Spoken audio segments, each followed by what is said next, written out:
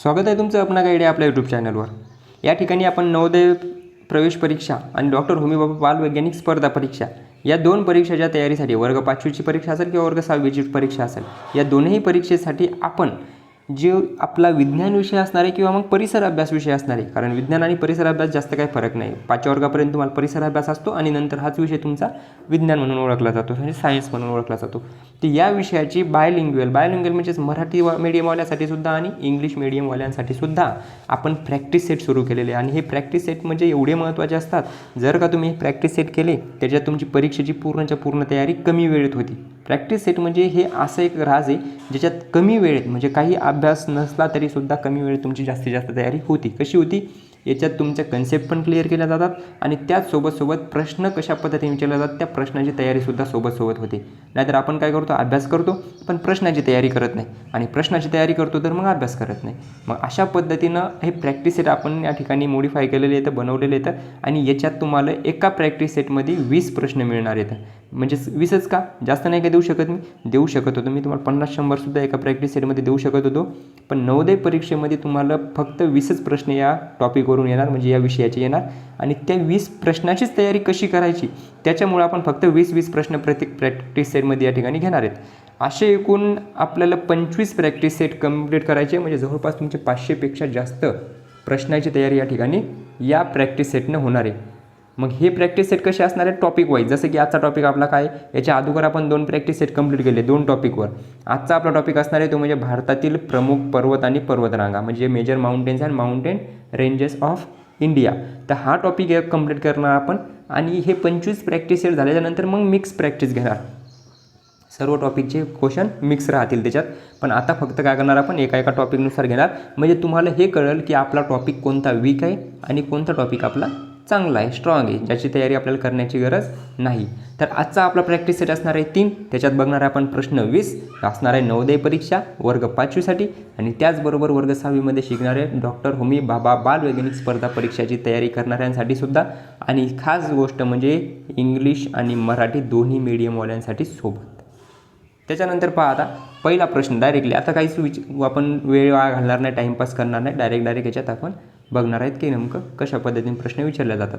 भारतातील सर्वात उंच पर्वतरांग, पहा आता पर्वतरांग म्हणजेच काय, पर्वत म्हणजे फक्त एखाद्या अशा पद्धतीचं उंच ठिकाण, म्हणजे याला आपण म्हणू शकतो पर्वत। पण हेच जर पर्वत ज्यावेळेस अशा पद्धतीनं वाढत जातात आहे ना, याला आपण काय म्हणतो, पर्वतरांग म्हणतो। मग सर्वात उंच पर्वतरांग कोणती आहे, तर सर्वात उंच पर्वतरांग असणार आहे ती म्हणजेच आपली हिमालय। भारतातली विचारली ना, मग भारतातली, आता हे महत्त्वाचं आहे की भारतातलीच विचारली का, भारतातली जर विचारली असेल तर आपण हिमालय सांगणार, पण आपली महाराष्ट्रातली किंवा एखाद्या स्टेटमधली विचारली, दक्षिण भारतातली विचारली आहे ना, तर पश्चिम भारतातली विचारली तर आपण हे उत्तर सांगू शकत नाही। आपल्याला विचारलं भारतातली म्हणून आपण हिमालय सांगितलं। तुम्ही फक्त येऊन बसायचं नाही, तुम्ही काय करायचं तर या ठिकाणी तुम्ही सर्वात पहिले मी ज्यावेळेस क्वेश्चन तुमच्यासमोर दाखवतो, जसं की मी आता 2 नंबरचा क्वेश्चन तुम्हाला दाखवला, तर तुम्हाला याचा ॲन्सर याचा शोधायचा। आधी तुम्हाला जे ॲन्सर वाटतं ते ॲन्सर तुम्ही टिक करून ठेवायचं किंवा सांगायचं, मनात ठेवायचं किंवा कुठेतरी बुकवर लिहून ठेवायचं की आपण याचा ॲन्सर सांगितलं ए किंवा मग बी किंवा सी। मग जे काही ॲन्सर तुम्ही सांगितलेलं असेल त्या ॲन्सरला मॅच करायचं आणि शेवटी तुमचे 20पैकी तुमच्या मनानं किती प्रश्न बरोबर आले ते या ठिकाणी तुम्हाला कमेंटमध्ये सांगायचं। आणि नंतर प्रॅक्टिस सेट वाटले कसे, प्रश्न वाटले कसे, दुसरा टॉपिक तुम्हाला कोणत्या विषयावर पाहिजेत तेही कमेंटमध्ये सांगायचं की आपल्याला या ठिकाणी आता दुसरा जो प्रॅक्टिस सेट, म्हणजे आता 3 झाले, चौथा जो प्रॅक्टिस सेट असणार आहे तो कोणत्या विषयावर तुम्हाला पाहिजे। जसं की आता कोणता विषय आपला पर्वत आणि शिखर, तर जगातील सर्वात उंच शिखर कोणतं, तर जगातील सर्वात उंच शिखर आहे माउंट एव्हरेस्ट। आता पहा प्रश्न कसा बदलला किंवा कशा पद्धतीनं प्रश्न वेगळा आहे। इथं विचारलं काय तुम्हाला, सर्वात उंच शिखर आणि पर्वतरांग याच्यात फरक काय। आता मी सांगितलं तुम्हाला नेमकं, ही झाली पर्वतरांग, ही काय झाली, एक पर्वतरांग झाली, अशा पद्धतीने ही झाली पर्वतरांग। पण या पर्वतरांगेत एक असं शिखर आहे जे की या सर्व शिखरापेक्षा उंच आहे। मग या शिखराचं नाव काय, तर या शिखराचं नाव आहे ते म्हणजेच माउंट एव्हरेस्ट। काय आहे, mount Everest, the highest peak in the world, mount Everest. हे कोणत्या पर्वतरांग येते, तर हे हिमालय पर्वतरांगेमध्येचे, जे की नेपाळमध्ये, हे पण माहिती पाहिजे तुम्हाला, कुठे आहे, नेपाळ, माउंट एव्हरेस्ट। त्याच्यानंतर पहा हिमालय पर्वत कोणत्या दिशेला आहे, आता हिमालय पर्वत कोणत्या दिशेला आहे? हे तर आपला भारत देश समजा अशा पद्धतीने नकाशा जर मी ड्रॉ केला तर ही पूर्व दिशा असते म्हणजे ईस्ट, ही असते वेस्ट, ही असते नॉर्थ आणि ही असते साऊथ. तर आपल्याला माहिती पाहिजे की आपला देश जर आपण अशी मधातून जर का अशा पद्धतीनं अँगल मारले आणि त्याला नाव दिले तर या साईडनं ही पर्वतरांग आहे म्हणजेच कोणत्या दिशेला? ही नॉर्थ दिशेला आहे म्हणजेच काय? उत्तरेकडे. याचा ॲन्सर काय असायला पाहिजे? उत्तर हे ॲन्सर याचं असायला पाहिजे. हिमालय पर्वत कोणत्या दिशेला आहे? तर उत्तरेकडे. In which direction is the Himalaya located toward north. महाराष्ट्रातील प्रमुख पर्वतरांग कोणती? आता काय विचारलं? महाराष्ट्रातील. आता विचारलं तर भारतातील, आता विचारलं महाराष्ट्रातील. मग महाराष्ट्रातील म्हटल्यावर अरवली राहणार, सह्याद्री राहणार, विंध्य राहणार का हिमालय राहणार? तर या ठिकाणी याचा ॲन्सर राहणार सह्याद्री. सह्याद्री कुठे? सह्याद्री पर्वतरांग आहे महाराष्ट्रात. Which is the major mountain range in Maharashtra? तर सह्याद्री वेस्टर्न घाट त्याला सुद्धा असं म्हणतात. सह्याद्रीलाच काय म्हणतात? वेस्टर्न घाट म्हणतात. त्याच्यानंतर सह्याद्री पर्वतरांगेला इंग्रजीत काय म्हणतात? आत्ताच बघितलं आपण वेस्टर्न घाट. वेस्टर्न घाट असं म्हणणार, वेस्टर्न घाट. त्याच्यानंतर भारतातील सर्वात जुनी पर्वतरांग. Which is the oldest mountain range of India? Himalaya, Aravalli, Satpura, Sahyadri. सर्वात उंच, सर्वात लांब महाराष्ट्रातील कोणती हे बघितलं आपण. पण आता हे बघायचं की जुनी कोणती आहे? तर जुनी असणारे अरवली पर्वत, जे की कुठे आहे? राजस्थानमध्ये. अरवली पर्वतरांग ही भारतातील ओल्डेस्ट माउंटेन रेंज म्हणून ओळखली जाते, सर्वात जुनी पर्वतरांग म्हणून ओळखली जाते, जी की राजस्थान या भागात आहे. अरवली पर्वतरांग कोणत्या राज्यात आहे? तर ती आहे, नेमकंच सांगितलं तुम्हाला, राजस्थान या भागात म्हणजे राजस्थानमध्ये. इंग्लिशमध्ये पण बघून घ्या. The Aravalli range is mainly located in which state? In Rajasthan. Nilgiri पर्वत कोणत्या भागात आहे? निलगिरी पर्वत हे तुम्हाला मी अशा पद्धतीने काढून दिला.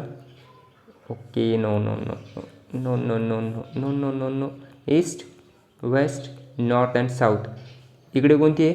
इकडे असणारे आपली हिमालय. इकडे कोणती आहे? इकडे असणारे निलगिरी. आणि इकडे कोणती असणारे? सह्याद्री. इथे मधात कुठे कोणती असणारे? विंध्य आणि सातपुडा. विंध्य आणि सातपुडा. बस एवढं लक्षात ठेवा. असा नकाशा काढल्याच्यानंतर तुम्हाला कळेल हे रेंज कोणकोणत्या आपण दाखवल्या. हिमालय, दुसरा पेन घेतो. हिमालय, सातपुडा आणि विंध्य इथं मधात, मध्य भारतात.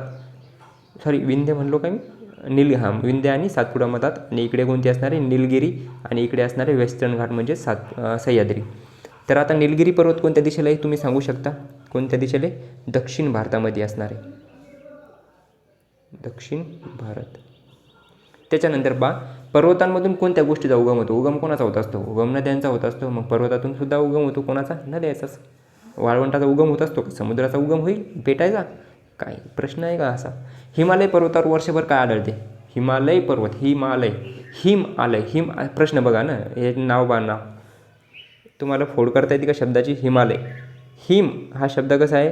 असा आहे हिम अधिक आलय संधी. संधी शिकले का तुम्ही? संधी विग्रह जर नसाल शिकले तर नंतर शिकायला भेटेल तुम्हाला. हिम अधिक आलय. हिम म्हणजेच काय? बर्फ. हिम म्हणजेच काय? बर्फ. आणि आलय म्हणजेच काय? घर. म्हणजे बर्फाचं घर. बर्फाचं घर म्हणजेच काय? जिथं बर्फ असतं. मग या ठिकाणी हिमालय काय आढळणार? हिमालयावर आढळणार बर्फ म्हणजे स्नो. भारतातील दुसरे सर्वात उंच शिखर कोणते? सर्वात मोठं कोणतं आहे? पहिलं शिखर K2. सर्वात उंच शिखर कोणतं असणार आहे? K2 असणार आहे. K2 हे सर्वात उंच शिखर असणार आहे भारतातील. पण हे भारतात आहे का? आत्ता भारतात असून सुद्धा हे भारतात नाही. का नाही? कारण हे या चोट्या पाकिस्ताननं चोरलेलं आहे. म्हणजेच जो पाकिस्तान ऑक्युपाय काश्मीर आहे, POK आपण ज्याला म्हणतो, काय म्हणतो? POK. ते POKमध्ये असतं काय? POKमध्ये आहे काय? K2 शिखर. K2 शिखर कुठे? हिमालय पर्वतरांगे त्याचे कुठे? ते असणारे. आणि आपल्याला विचारलं भारतातील दुसरं शिखर कोणतं आहे? तर दुसरं हे ते असणारे कंचनजंगा. दुसरं सर्वात उंच कोणतं आहे? कंचनजंगा. इथून प्रश्न कोणकोणता निघणार तुमचा? इथून सर्वात पहिला प्रश्न निघणार, जगातील सर्वात उंच शिखर एव्हरेस्ट. भारतातील सर्वात उंच शिखर K2. पण भारताच्या अंडरमध्ये असणारं म्हणजे भारताच्या सीमारेषेत असणारं कंचनजंगा. भारताच्या सीमारेषेत असणारं 2 नंबरचं उंच शिखर नंदादेवी. पण भारतातील दुसरं उंच शिखर, मग भारतातील म्हणजेच काय? पहिलं तर काय आलं? K2. त्यानं असं नाही विचारलं की भारताच्या अंडरमध्ये असणारं किंवा भारताच्या सीमारेषेत असणाऱ्यापैकी दुसरं सांगा, नाही, भारतातील दुसरं केटूच्या नंतर कंचनजंगा आहे ना, कंचनजंगा असणार. मग याचा आन्सर काय येणार, दुसरं शिखर कंचनजंगा येणार. समजला असेल प्रश्न तुम्हाला.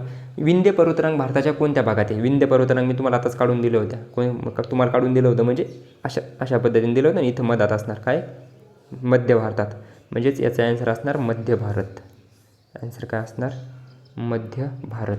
सातपुडा पर्वतरांग कोणत्या भागात आहे? सातपुडा, 2 रांगा काढल्या होत्या आपण मधात, सातपुडा आणि विंध्य. तर ह्या दोन्ही कुठे येतं, मध्य भारतामध्ये येतात, म्हणजेच सेंट्रल इंडिया या ठिकाणी येणार सातपुडासुद्धा. हिमालय पर्वतरांग कोणत्या प्रकारची आहे? हां, सर्वात चांगला प्रश्न आहे की हिमालय पर्वतरांग कोणत्या प्रकारची आहे, कशी बनलेली आहे ती ज्वालामुखीतून बनलेली आहे, घडीचे पर्वत आहेत का अवशिष्ट पर्वत आहेत का बेट पर्वत आहेत? तर हे पर्वत आहेत घडीचे. कसे, घडीचे पर्वत म्हणजे वळीचे पर्वतसुद्धा याला म्हणतात. फोल्डेड माउंटेन्स किंवा फोल्ड माउंटेन्स याला आपण म्हणणार. The Himalayas are which type of mountains? The fold mountains. पर्वतांमुळे आपल्याला काय मिळते? आपल्याला पर्वतामुळे काय काय मिळतं? एकदम सोपा प्रश्न आहे. पाणी मिळतं, हो, नद्या वाहत येतात. लाकूड मिळतात, हो, तिथं झाडे वगैरे असतात, लाकूडसुद्धा मिळतं, म्हणजे टिंबर. वनस्पती मिळतात, आता वनस्पती तर असतातच आहे ना. मग वरीलपैकी सर्व, हे काय असणार याचं करेक्ट आन्सर, वरीलपैकी सर्व. भारतातील सर्वात उंच पर्वत शिखर भारताच्या सीमेत, प्रश्न आला पुन्हा, भारताच्या सीमेत असणारं, भारताच्या सीमेत म्हणजे भारताचा हक्क पण आहे असं. आता भारताचा हक्क केटूवर पण आहे, पण आपण दाखवत नाही किंवा दाखवला नाही. ज्या दिवशी दाखवला त्या दिवशी पाकिस्तान पण आपला आणि केटू पण आपला. भारतातील सर्वात उंच पर्वत शिखर केटू आहे, पण सीमारेषेत असणारं म्हणजे भारताच्या सीमारेषेत असणारं कंचनजंगा. कुठे कंचनजंगा, त्याचा शोध तुम्ही लावायचा आणि मला सांगायचा. त्याच्यानंतर हिमालय पर्वतरांग कोणत्या खंडात आहे? हिमालय पर्वतरांग कोणत्या खंडात येणार? आफ्रिकामध्ये नाही, आशियामध्ये, हो, आशिया खंडात येणार. काय येणार? आशिया खंड, म्हणजेच एशिया कॉन्टिनेंट. सह्याद्री पर्वतरांग कोणत्या किनाऱ्याजवळ आहे?